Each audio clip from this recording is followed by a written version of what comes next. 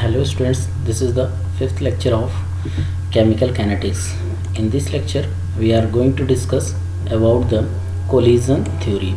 Okay, in order to discuss about the collision theory, first of all we have to discuss a reaction, a chemical reaction, when reactant molecule react to each other, then the formation of product will be takes place. Okay, the formation of the product species is depend on the manner or condition of the reactant, how they will react to each other, how they will collide to each other. By this condition the reactant molecule converted into product. Okay, and this will be better explained on the basis of the collision theory. ठीक है, तो collision theory में ये हम देखेंगे बेटा कि कैसे किसी भी रिएक्शन में हमारा रिएक्टेंट प्रोडक्ट में कन्वर्ट होता है. ठीक है, तो उसके लिए यहाँ पे एक थ्योरी दी गई है, उसको हम लोग कोलिजन थ्योरी के नाम से जानते हैं. ठीक है, तो collision theory is based on the kinetic theory, postulates of the kinetic theory of gases, KTG. According to kinetic theory of gases, हम लोग kinetic theory of gases states of matter में प्रीवियस क्लास में 11th में हम लोगों ने पढ़ा है. ठीक है, kinetic theory of gases में फिजिक्स में भी आपने पढ़ा, केमिस्ट्री में भी पढ़ा है. तो काइनेटिक थ्योरी ऑफ गैसेस के अकॉर्डिंग क्या होता है कि reactant molecule is considered as a hard sphere, यानी रिएक्टेंट मॉलिक्यूल है, ये जो रिएक्टेंट है इसको हार्ड स्फीयर कंसिडर किया जाता है. ठीक है, एंड सेकंड पोस्टुलेट्स क्या है, according to this in order to form product, यानी रिएक्टेंट मॉलिक्यूल प्रोडक्ट में कन्वर्ट हो. ठीक है, reactant molecule must be collide with each other, reactant molecule को आपस में कोलिजन होना निश्चित है. ठीक है, not all collision results in the product formation but only few of collision form product and known as the effective collision. कहने का मतलब क्या है बेटा कि ये इस रिएक्टेंट मॉलिक्यूल प्रोडक्ट में, रिएक्टेंट मॉलिक्यूल ये प्रोडक्ट में कन्वर्ट होंगे, इसके लिए ये नेसेसरी कंडीशन है कि वो आपस में कोलाइड्स करें. ठीक है, अच्छा, कोलिजन करने के रिजल्ट्स में ये ज़रूरी नहीं है कि सभी के सभी कोलिजन, जितने भी रिएक्टेंट मॉलिक्यूल कोलाइड्स किए हैं वो सभी के सभी रिएक्टेंट प्रोडक्ट में कन्वर्ट हो जाएं. जिस कोलिजन से रिएक्टेंट मॉलिक्यूल आपस में कोलाइड्स करके प्रोडक्ट का फॉर्मेशन कर ले जाते हैं, that collision is known as the effective collision. ठीक है, that collision is known as the effective collision.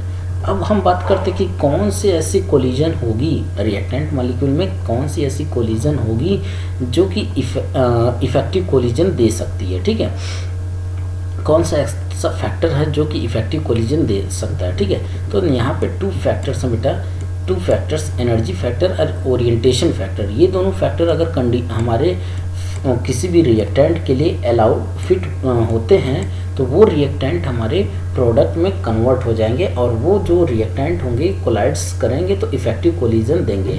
अब पहला फैक्टर है energy factor. What is the meaning of the energy factor?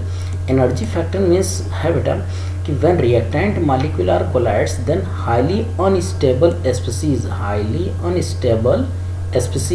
are formed during the course of reaction and this species is known as the activated species, या हम कहते हैं बेटा intermediate species. activated complex कहते हैं या intermediate complex कहते हैं. इस स्पीसीज की एनर्जी क्या होती है बेटा, बहुत ही हाई होती है. ठीक है, और जिसकी एनर्जी हाई होती है उसकी स्टेबिलिटी लो होती है.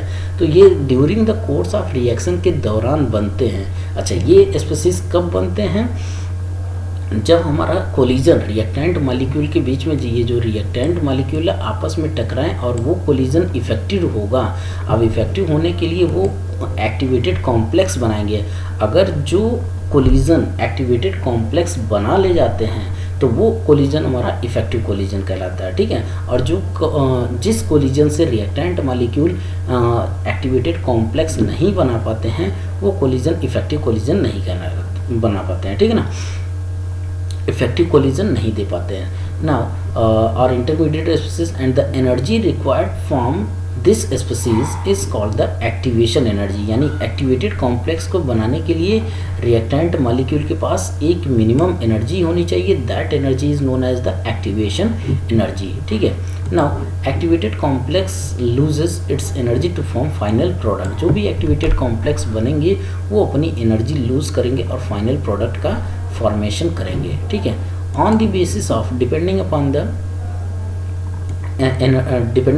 energy of the product and reactant, we can decide the nature of the reaction either exothermic and or endothermic। Okay, चलिए इसको हम लोग ग्राफिकली डिस्कस करते हैं बेटा। ये एंडोथर्मिक रिएक्शन के लिए ग्राफ हम डिस्कस किए हैं। This is the Y axis, यहाँ पे हमारे पास क्या है, ये है बेटा आपका वाई एक्सिस है।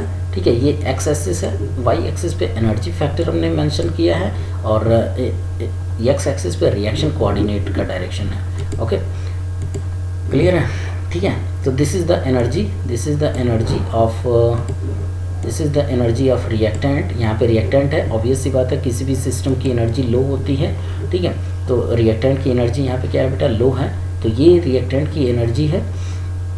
ठीक, अब रिएक्टेंट मॉलिक्यूल आपस में कोलाइड्स करेंगे, अब कोलिजन होगा। अगर कोलिजन होने के बाद ऐसे रिएक्टेंट मॉलिक्यूल जिनका कोलिजन होने के बाद वो ये स्पीसीज बनाने, यहाँ तक एनर्जी है, यहाँ तक एनर्जी, ये स्पीसीज बनाने की टेंडेंसी रखते हैं। अगर कोलाइड्स किए और एक्टिवेटेड कॉम्प्लेक्स बना ले गए तो ऑब्वियस सी बात है कि उनके पास इतनी एनर्जी होगी। तो जो मॉलिक्यूल आपका रिएक्ट कोलाइड्स करने के बाद एक्टिवेटेड कॉम्प्लेक्स बना लेते हैं वो आपके इफेक्टिव कोलिजन कहलाते हैं। ठीक है ना? अच्छा, तो यहाँ से यहाँ तक एनर्जी किसकी है बेटा, ये आपकी एक्टिवेटेड कॉम्प्लेक्स या इंटरमीडिएट स्पीसीज की है। और ये एनर्जी क्या है आपकी, एक्टिवेशन एनर्जी। यहाँ पे हमने एफ लगाया है, दैट मीन्स फॉरवर्ड डायरेक्शन के लिए। ठीक है, अच्छा, अब क्या है, एक्टिवेटेड कॉम्प्लेक्स जिसकी एनर्जी हाई होती है उसकी स्टेबिलिटी क्या होती है बेटा, लो होती है। तो एक्टिवेटेड कॉम्प्लेक्स क्या करेंगे, एनर्जी अपनी लूज करेंगे। अब ये हो सकता है एनर्जी आपकी रिएक्टेंट से ज़्यादा लूज कर दें या रिएक्टेंट से कम लूज़ करेंगे। तो ये एनर्जी रिएक्टेंट से कम लूज़ की हुई है, इस केस में एनर्जी जो है रिएक्टेंट से कम लूज़ की गई है, यानी प्रोडक्ट की एनर्जी ज़्यादा है, रिएक्टेंट की एनर्जी कम है। ठीक है, तो इस केस में क्या होगा, रिएक्शन क्या होगा आपका, एंडोथर्मिक होगा, क्योंकि डेल्टा एच की वैल्यू क्या होगी, ये देखिए इंथैल्पी, हम एनर्जी या इंथैल्पी कह सकते हैं, enthalpy of product minus enthalpy of reactant की वैल्यू क्या है, एच पी। यहाँ पे इसको हम इंथैल्पी कह सकते हैं, एनर्जी या इंथैल्पी दोनों आप कह सकते हो बेटा। इंथैल्पी ऑफ प्रोडक्ट, ये एच पी की वैल्यू ज़्यादा है, H P is greater than H R, H P is greater than H R है, तो इसकी वैल्यू पॉजिटिव आएगी। तो हम जानते हैं बेटा डेल्टा एच की वैल्यू जब पॉजिटिव आती है तो प्रोसेस क्या होता है, इंडोथर्मिक प्रोसेस होता है। ठीक है ना? ठीक है, और ये आपका ये टोटल एक्टिवेटेड कॉम्प्लेक्स से लेके यहाँ तक की जो एनर्जी होती है वो थ्रेशोल्ड एनर्जी कहलाती है। कौन सी एनर्जी कहलाती है बेटा, थ्रेशोल्ड एनर्जी कहलाती है। ठीक है, और यहाँ पे जो एक्टिवेटेड कॉम्प्लेक्स प्रोडक्ट में कन्वर्ट होता है, जो एनर्जी लूज करती है, activation energy for backward reaction.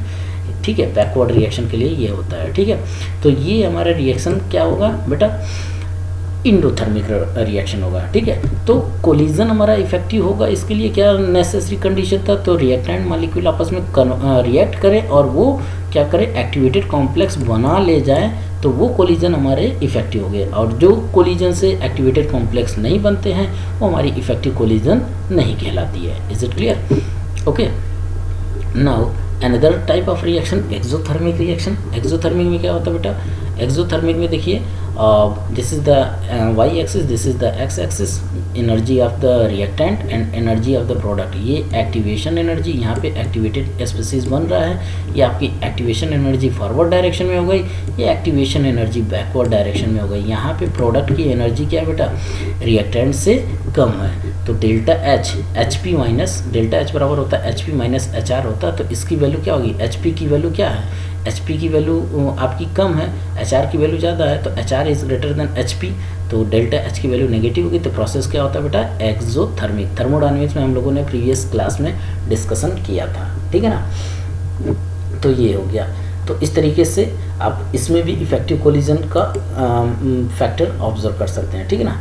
Next उसके बाद बात करते हैं for collision to be effective. अब कोई भी कोलिजन इफेक्टिव होगा तो molecule must have energy, molecule के पास इतनी एनर्जी होनी चाहिए कि वो एक्टिवेटेड कॉम्प्लेक्स के बराबर या तो एनर्जी हो या उससे ज़्यादा हो, उतनी एनर्जी होनी चाहिए। These are the energy factor for the reaction, for the completion of reaction, okay.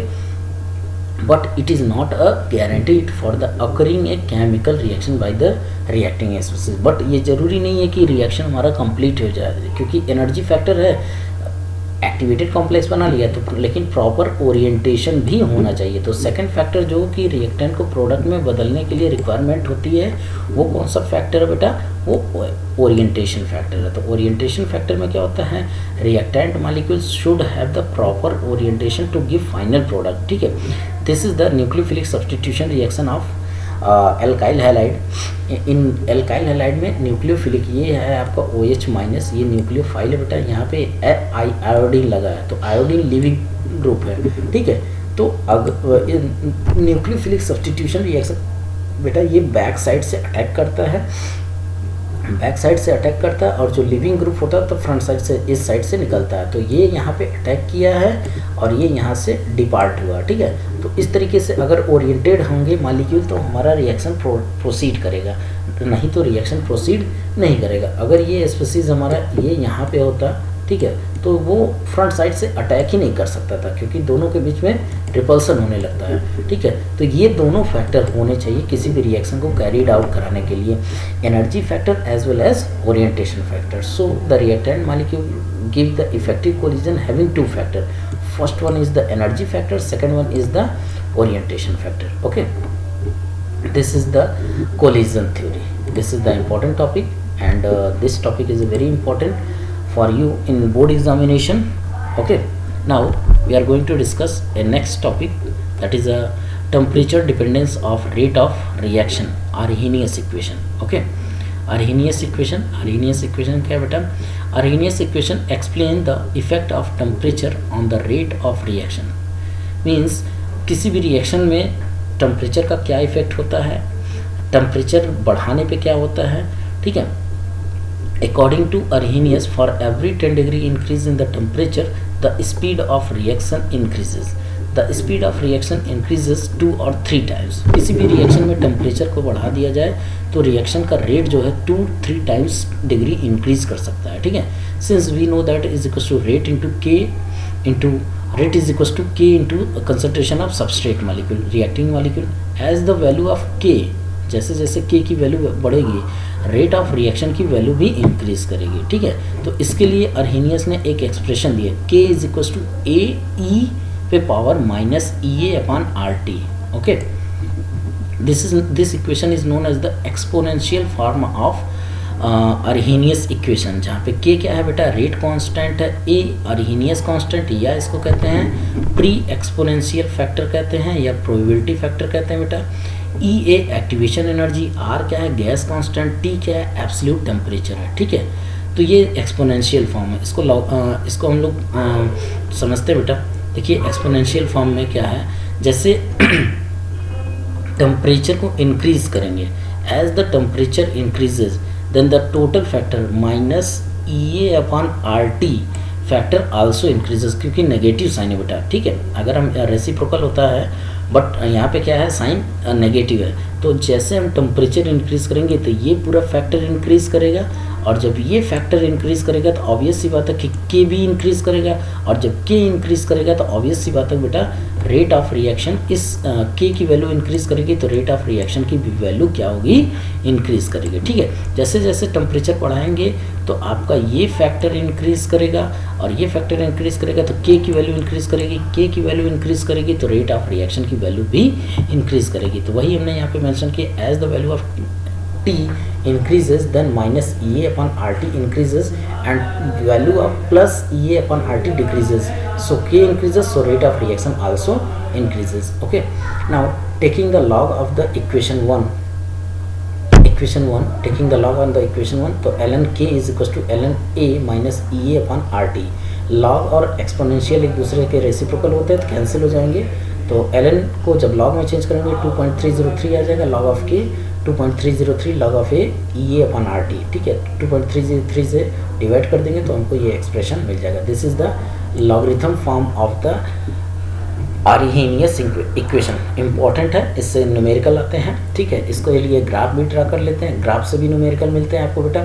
तो log of k is equals to log of e minus E A upon 2.303 R T. तो y बराबर minus M X plus C, ठीक है। तो intercept ये हो जाएगा, gradient slope की वैल्यू ये हो जाएगी आपकी, ठीक है।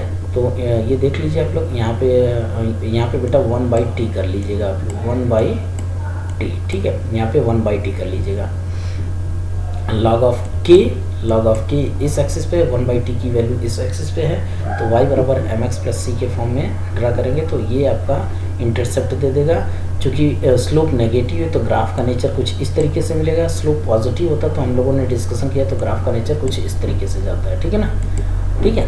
तो इस पर एक ग्राफ ड्रा कर लिया जाएगा। और अगर यही रिएक्शन 2 डिफरेंट टेम्परेचर पे होता है, 2 डिफरेंट टेम्परेचर पे ये रिएक्शन होता है, तो क्या होगा बेटा, Arrhenius equation at 2 different temperature, let at T1 temperature पे रेट कांस्टेंट की वैल्यू K1 है, एट T2 टेम्परेचर पे रेट कांस्टेंट की वैल्यू K2 है, ठीक है।